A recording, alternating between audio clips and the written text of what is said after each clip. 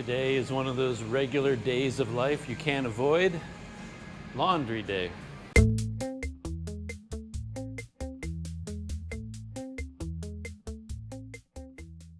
But to be honest, I really enjoy doing laundry, especially since the machines do it for me. I don't mind hanging out at a laundromat. And this one is my favorite laundromat in Kuala Lumpur. It's kind of crazy, but it's actually located out near Taman Bahagia MRT station. And I'm staying in Chinatown. So it's actually a long MRT ride and a walk to get here. But I discovered this laundromat back in the days when I was getting my bicycle repaired, because there are a lot of bicycle shops in this neighborhood. So I was constantly coming out here and getting my bike fixed, buying parts for my bike, things like that. And I found this laundromat, started doing my laundry while I was getting my bike fixed, and I've been coming back here ever since. As you can see, we've got some brand new fancy washing machines and dryers. That's my clothing there. And the prices aren't that bad either. Here they are here. For the regular 14 kilogram machine, which I'm using, it's 5 ringgit for either hot, warm, or cold. And that's for washing. And drying is 4.5 ringgit. So the friendly polar bear tells me. I think I talked before about doing my own laundry in this portable bucket that I have. It's like a collapsible, foldable bucket, and I just fill it with water and clothes and soap and do it by hand in the bathrooms of whatever hotel or hostel I'm staying at. But after a while, I sometimes get to the point where everything I have has to be washed. Like I have my own sleeping sheet, my towel, all my clothes. And when I'm staying at a hostel for a long time, like the one I'm staying in now, I actually just wash my own sheets. The hostel could, change the sheets and put clean ones on and things like that, but that's more trouble than it's worth. And if I'm doing a wash, I'll just wash my own sheets. So if I have a big load like that to do, then I come here and do them at a laundromat. Why not? So a rookie mistake I found is taking your clothing out of the dryer when it's hot, instantly folding it up, putting it away in a bag, and then leaving it there for a long time. Because chances are it's still a little bit damp, even though you're not aware of it. And then if you put it away in a bag and leave it there, then it'll start to build up mildew and mold and all that kind of stuff. So pro tip, after you bring your clothes back from the laundromat, take it all out of the bag and kind of spread it out in the open for a day or so even, just to let it all fully dry before you actually pack it away.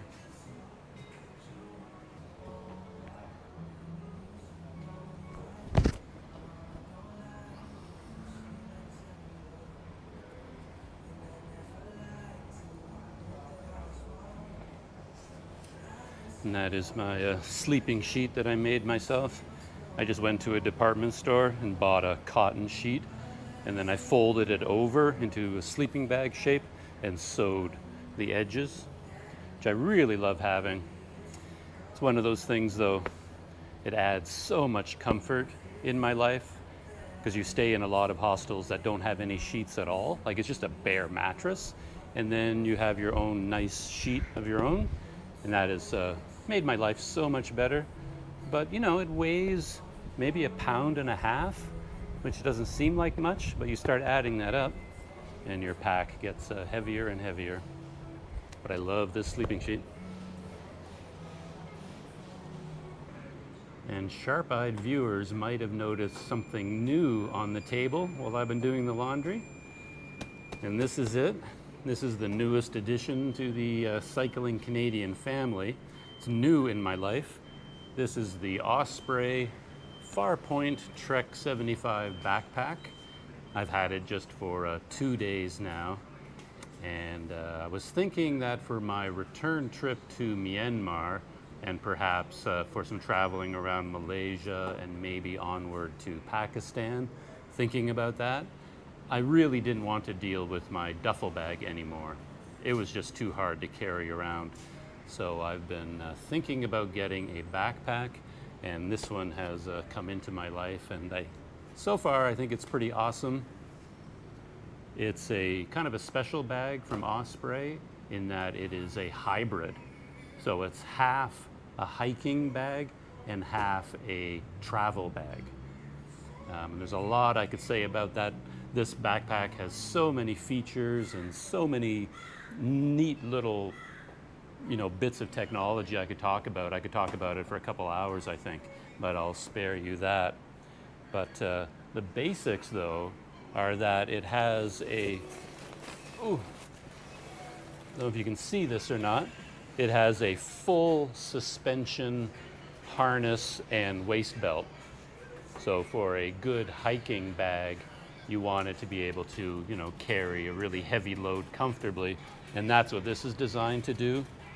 And it also has a webbing here, and you can see that the backpack is curved, and that curve means that it is held away from your body, which allows ventilation through here. So it's a lot cooler to wear this, and you don't get nearly as sweaty when you're using it. So that's kind of what makes it a hiking backpack. And in terms of being a travel backpack, instead of loading this one from the top down as most hiking backpacks do, it actually has a front loading system. So the whole front opens up and then opens like a suitcase. So it's a lot easier to get at the contents. And there are a lot more features. For example, this one, even though it's a hiking, trekking backpack, it has a handle, on the side. So you can carry it easily that way. Anyway, there it is, the Farpoint Trek 75, perhaps the most amazing backpack on the planet Earth. And we'll see how it works out in Myanmar. So there's the pack in all its glory. It's a 75-liter backpack, which is pretty big. I think most people who go traveling wouldn't go any larger than 55 liters maybe. That's probably big enough for most people, but I'm not most people. I like having a big bag and lots of room, even if I don't use it. So I went for the largest one I could find, which was the 75-liter model. It also comes in a 55-liter for men, and then it has two sizes for women, 50 liters and 70 liters.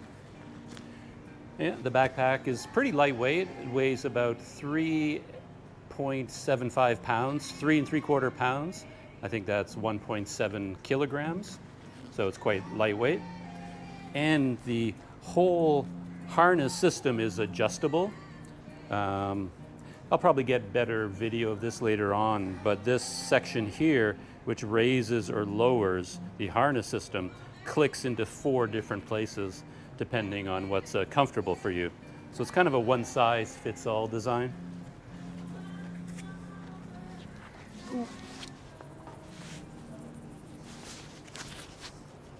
And the more I use the pack, the more little features I discover that I really appreciate and that I've never had before in a backpack.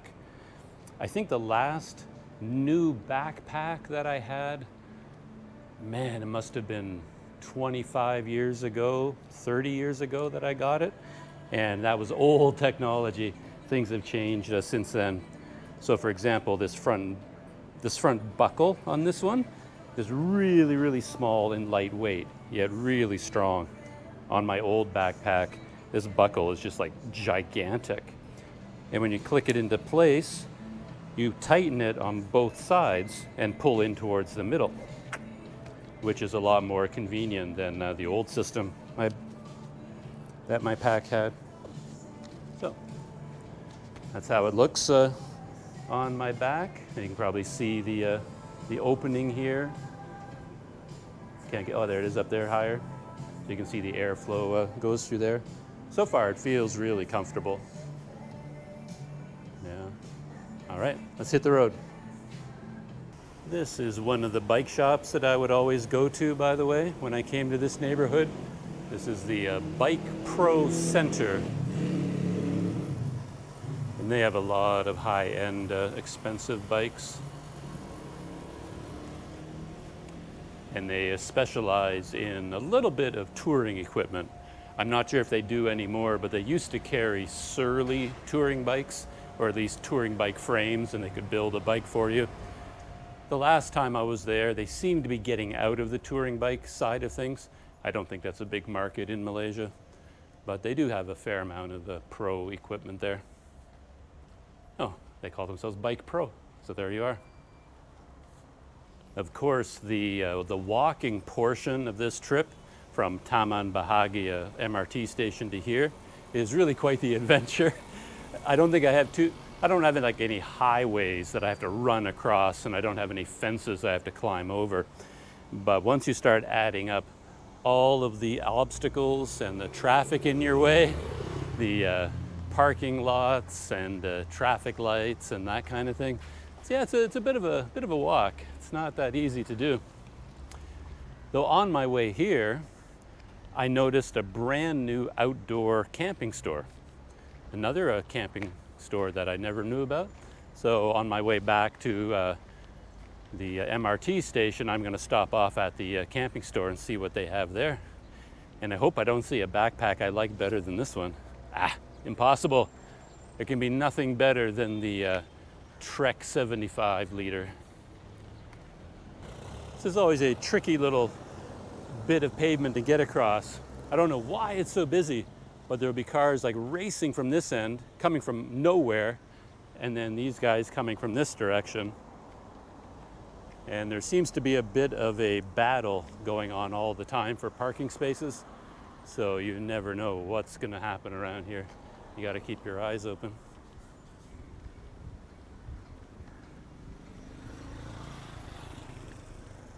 Just for fun, maybe I'll keep the GoPro running as I walk down the sidewalk over here. It's a classic Kuala Lumpur sidewalk. I've nearly had my head taken off a few times going down that sidewalk, because they have signs and awnings and things like that that are held in place with these cables, like thin black cables, and they basically just run them to the ground and then attach them to a bolt down there. But they're at just the right angle to kind of take your head off if you're not paying attention. Whoop.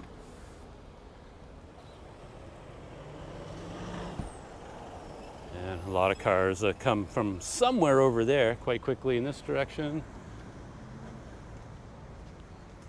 And here it's a little bit of a Sophie's choice, because the sidewalk is so challenging. You might want to just walk down here where the cars go, but that's so narrow you can get clipped on either side. So you really should head for the sidewalk. It's not a busy day today, which is nice. This is normally impossible to get through, because the restaurant seems to be closed right now, but it's usually open, and this whole area is filled with tables and customers and waiters delivering food.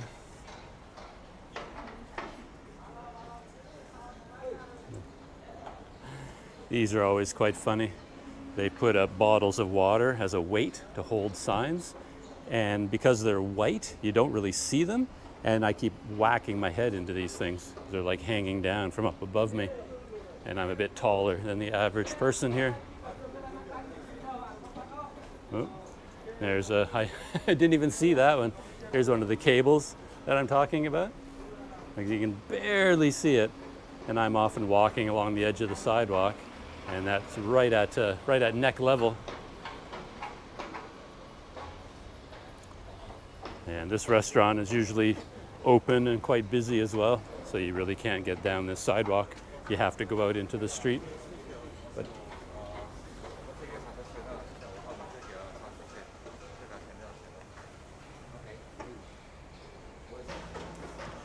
and then you've got your obstacles on the side. You definitely don't want to lose your footing and go in there. More steps.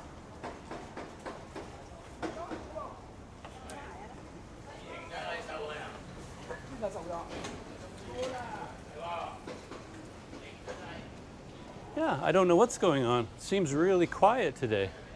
I hardly see any people at all. Feels a bit like a holiday. It's a Tuesday, right?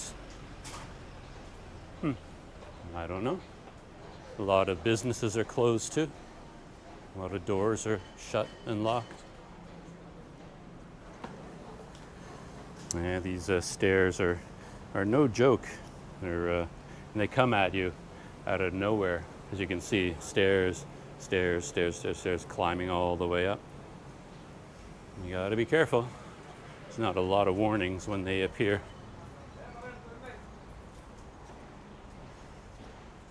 More stairs. Can't really get through there, so let's head out into traffic here.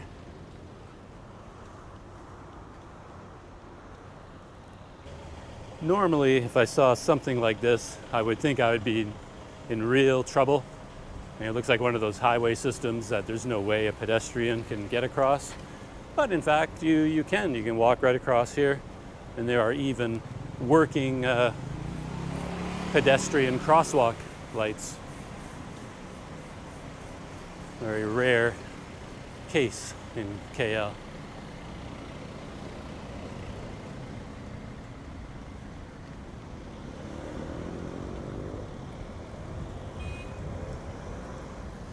And I've learned from experience that you do not want to miss the crosswalk signal when it appears, because the traffic up there that wants to turn right up this way, once they get the right of way, they will be turning for a very long time, and you have to wait a long time to be able to cross. Now, my new hiking store is right there. It's called the Adventure Store. I don't really know how I'm supposed to get across here, though. My pedestrian access has ended, so I'm just gonna have to take my chances.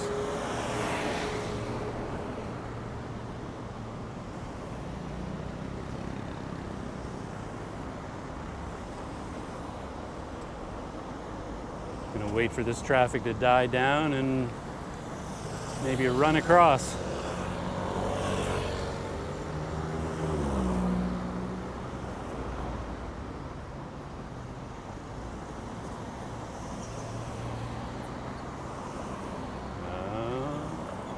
I thought my chance had come, but they're moving pretty fast. Here we go. Okay, I can go now.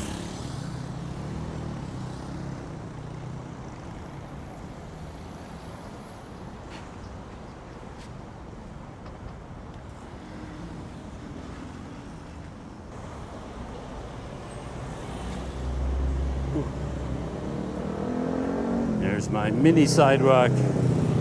You don't want to step over there. That's a long ways down. But check out this store. This is what I came to see. The Adventure Store. There's me. Not really. There's me. No, not really. Me? No, definitely not. This guy? Yeah, that could be me, except without the straw hat. And the cyclist? No, I'm afraid not. You'll never find me in a bright purple lycra, I'm afraid. Anyway, let's go inside and check out this new outdoor gear store.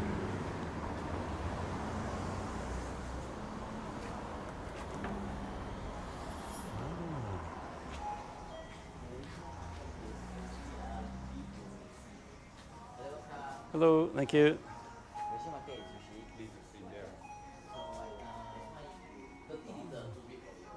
As far as knapsacks go, we have Caribbean, Low Alpine, nice selection there. Oh, Hyper Gear. Oh, here's Osprey.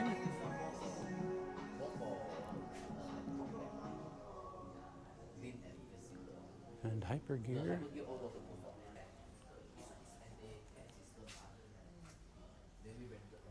Yeah, they make some really nice bags too.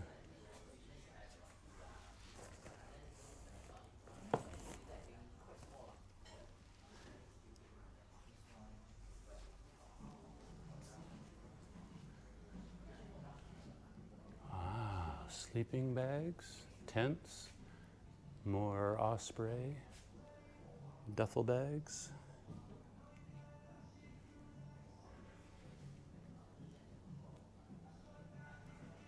Outdoor gear, and a whole range of hats that everyone keeps telling me I should put on my head.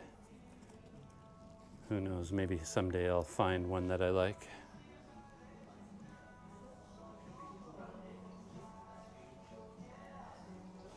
Ah, so there it is, the adventure store.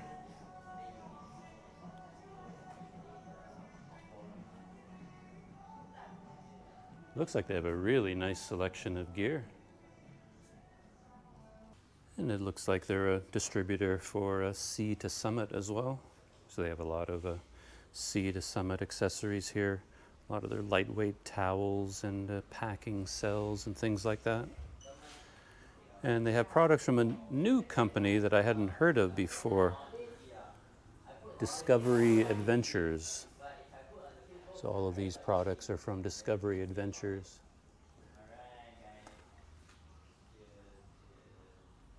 And these are the Sea to Summit, you know, shampoo and this is all biodegradable soaps that you can use in the wild and wash in rivers and things, and it's okay. Oh yeah, more Sea to Summit cotton liners for your sleeping bag. I ended up making my own liner. That was the sheet that I was showing you earlier when I was doing laundry. And I would buy one of these ready-made, except I can never find the long one. These are all the standard. And they also make one that is much longer, the extra long, and I've never been able to buy it. So I just ended up making my own. Sea to Summit mosquito nets, water bottles,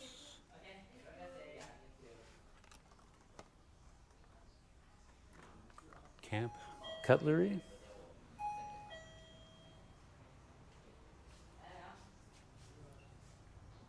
And I've heard a lot about this brand, Hyper Gear. It's very high quality, a lot of waterproof bags. And I think most of their knapsacks over there are also known for being extremely waterproof. That's their whole thing. I just had a kind of a funny but good experience here in the store. I was looking at all the Osprey backpacks that they have here. You can see the display there, and these are all, what are the model names again? The Kestrel and I forgot the name of this one, the Atmos, all the different sizes. And I was looking them over, looking at all the features, wondering, whether I like that style or not. And then I was walking around the store, looking at all their other products here. They have a great range of products, by the way, like a lot of interesting high-tech gear for like headphones, earphones, power banks, flashlights. Great display of flashlights here from Phoenix. That's a really great company.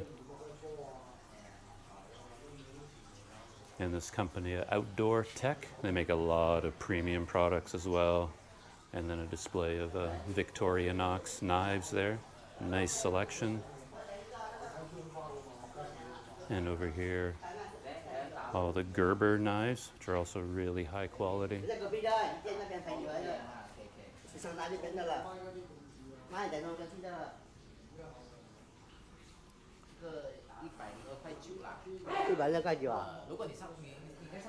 And then after looking at all of this gear and all the backpacks, I came around here and I spotted this bag on the ground. And I went, wow, look at that one. I love the design of that one. That is really cool. And then I realized that's my bag.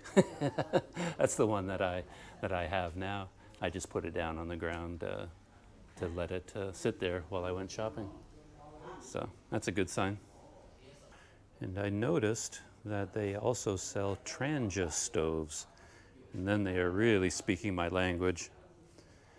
I've used Tranja alcohol burning stoves my whole life. I still have one with me. Now, one funny thing I've noticed over the years is that when you come into one of these stores and try on clothing, you're in a really nice air-conditioned environment. So you put on one of these shirts and it feels very comfortable and very nice. And you think, wow, this is a great shirt or great pair of pants or whatever. But then once you go home and then you step outside into the heat of Southeast Asia, you suddenly realize that shirt is way too thick and way too hot, which is kind of what happened to me with that one collared shirt that I have. You know, I bought it in an air-conditioned store and it felt absolutely great. You know, I was really comfortable. But the first time I put it on outside, it was like, oh man, this shirt is way too hot for this climate. But I didn't know that because I was trying it on inside air conditioning. One of the clerks was telling me that this brand, this store, started in Borneo, in Sabah and Sarawak around Kota Kinabalu. And they worked with a lot of customers needing equipment for, you know, climbs up Kota Kinabalu and that kind of thing. And then they decided to come to Kuala Lumpur. And their first outlet was at Pavilion.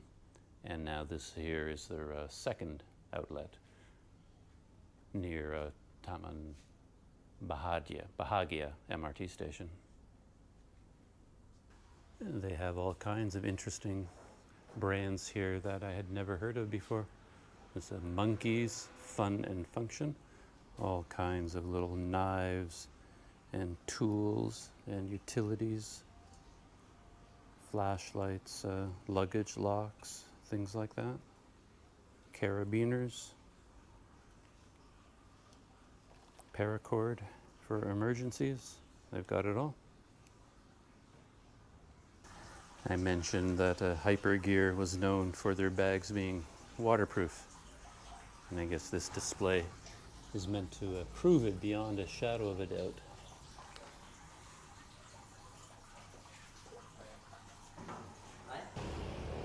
There's the entrance to this store behind me.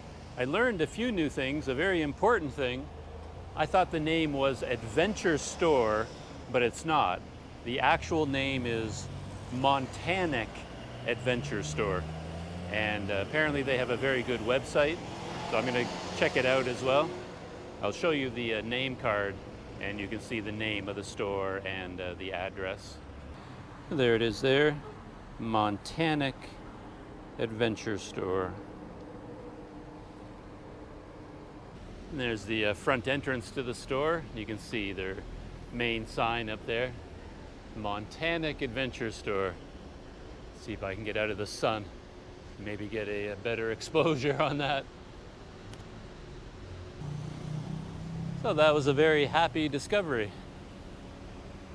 And it was interesting for me because I got to take a closer look at a lot more of the Osprey, the more dedicated hiking backpacks and the mountaineering and hiking packs from Low Alpine and these other companies. And I felt good about that because after I looked at all those other packs, whenever I came back to my Osprey Farpoint Trek, the design of this pleased me a lot more. So it's nice to get the comparison and, you know, feel like I ended up with the right pack for me. And the clerks there gave me a lot of good advice about adjusting the straps to get the best fit possible. Well, now we have to get across this busy intersection. Again, as you can see, there's like literally nothing for pedestrians here. So you can't even guess what would be the proper way to get across. So I just slowly work my way as far as I can.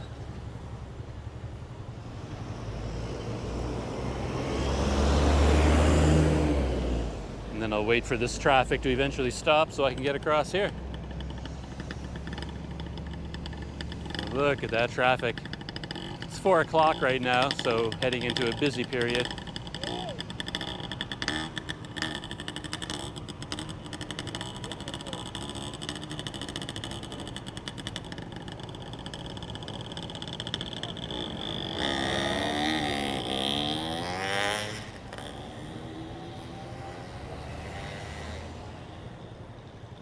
Oh.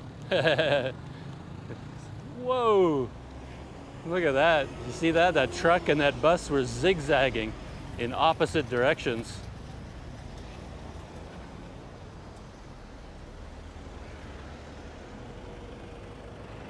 And this is a very tight corner here for Doug the pedestrian, so I have to wait a little bit and I can dash around. Pedestrian adventures in Kuala Lumpur never ends. The city keeps you on your toes. One thing I did notice about the other backpacks, the camping or the hiking backpacks from Osprey, they had pockets on the hip belt, and those pockets were quite a bit larger than the pockets on this model. And I kind of wish the pockets here were a bit bigger. It's this, this pocket here.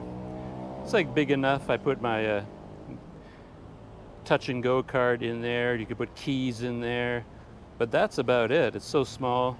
You could put a wallet in there, and that's about it. It says on the website that that pocket is meant for smartphones, but no smartphone I know of could possibly fit in those pockets. They're just too small. It'd be nice if they were a bit bigger.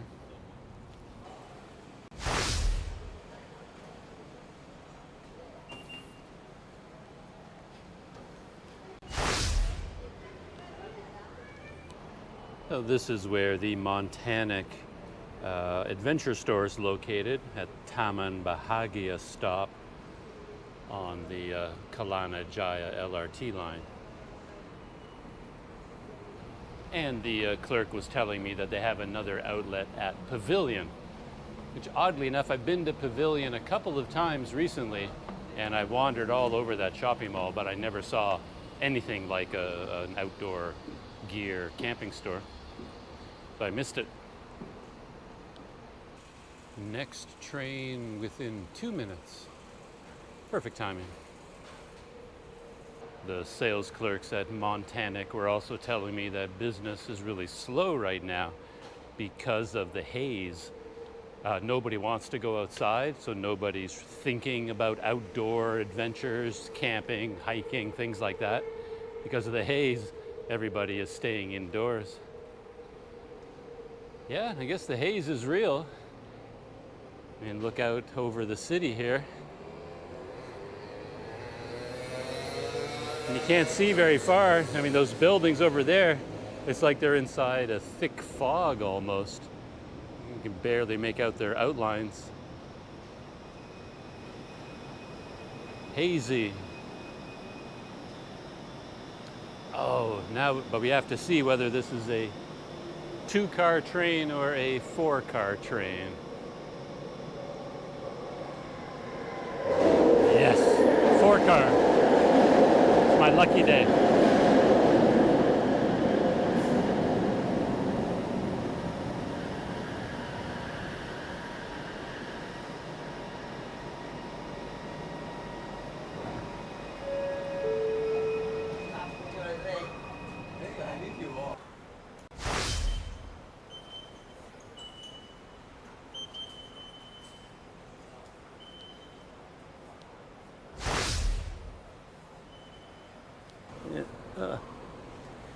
It's interesting how small design features make a huge difference in terms of functionality.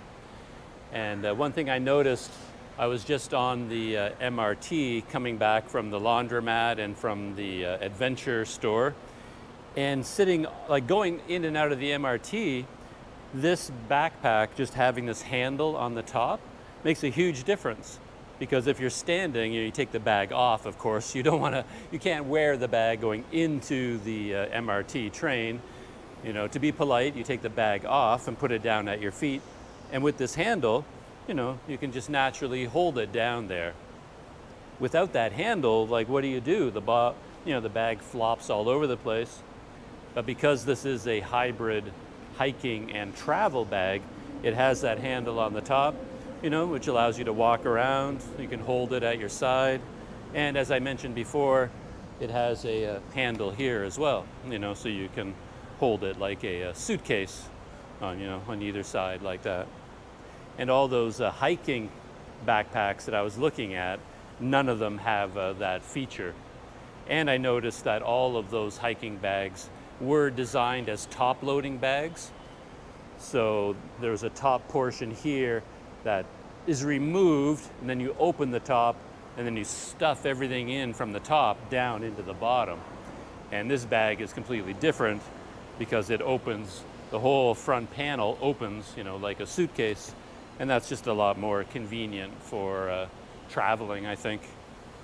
So just a few more interesting tidbits about this bag. There's a lot more features that I'll probably talk about them over the days to come as I get to know the Farpoint Trek 75.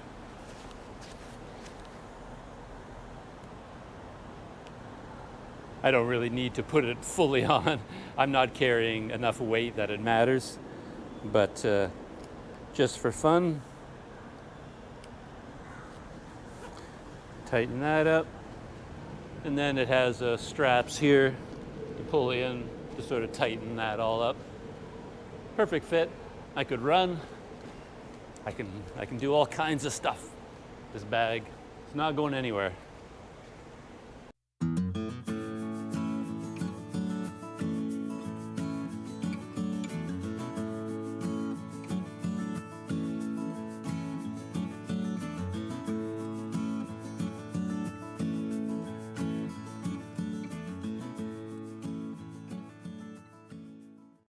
I've arrived back at Pas Arseni, back at my guest house. Here is the tree with all the birds in it. They haven't come back yet. I guess they're still out doing whatever it is the birds do during the day.